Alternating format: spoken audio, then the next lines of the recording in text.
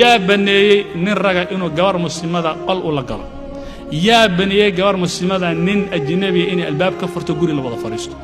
yaa baneeyey labada ruux inay meel ku wada khalwoodaan may annaga Soomaaliya nahayno mushkilad male Soomaaliya annaga xarab oo kale hanaga dhigani habareertay ma aragtay in adeertay iyo ma aragtay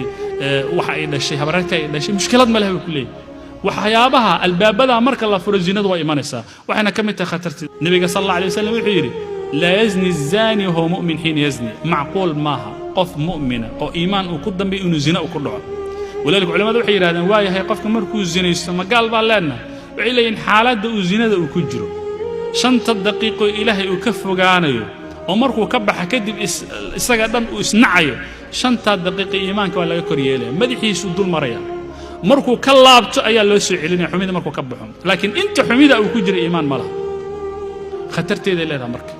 midan aad la ballamaysid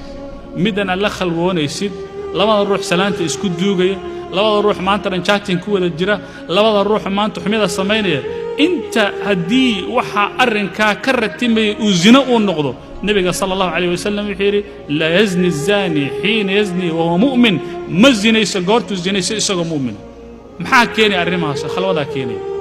yaa baneeyey nin raga inuu gabar muslimada qol u la galo yaa baneeyey gabar muslimada nin ajnabi inay albaab ka furto guri la wada fariisto yaa baneeyey labada ruux inay meel ku wada khalwoodaan may annaga Soomaaliya nahayno mushkilad male Soomaaliya annaga xarab oo kale hanaga dhigani habareertay ma aragtay in adeertay iyo ma aragtay waxa ay dhashay habareertay ay dhashay mushkilad male way ku leeyahay waxyaabaha albaabada marka la furo zinadu way imanaysaa waxayna ka mid tahay khatartii qofka wuxuu leeyahay saaxiibkay baasha zinadu ku dhaca oo yaqaana inuu ka toobad keenana uu doonayaa marka wuxuu weydiinayaa sidee uga toobad keenayaa inuu fagaara isgeeyo halay jeellaam halay dhagxeeyay yiraahdaa qasaba jawaabtu waa maya haddii ilaahay ceebtiisa asturay inuu is asturaa wanaagsan qofkii sidaadoo kale ogaadana inuu ceeb qariyaa laga rabaa man satara musliman satarahu Allah hadduu ka toobad keeno dembigii faraha kala baxo ilaahay dambi dhaaf weydiisto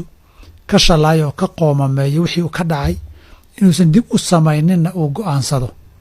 camal saalixana uu ku bedelo insha Allah ilaahay uu dhaafaya في سورة الفرقان آخر كذا أي الله كشيء سبحانه وتعالى ضد والذين لا يدعون مع الله إلها آخر ولا يقتلون النفس التي حرم الله إلا بالحق ولا يزنون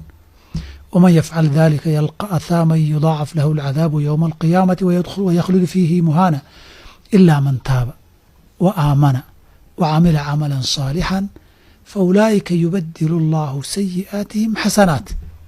خير كان يسامعين baa dembigii intii la tiraa booskiisii xasanaadkan loo gelinayaa dembigii u qornaana xasanaad baa lagu bedelayaa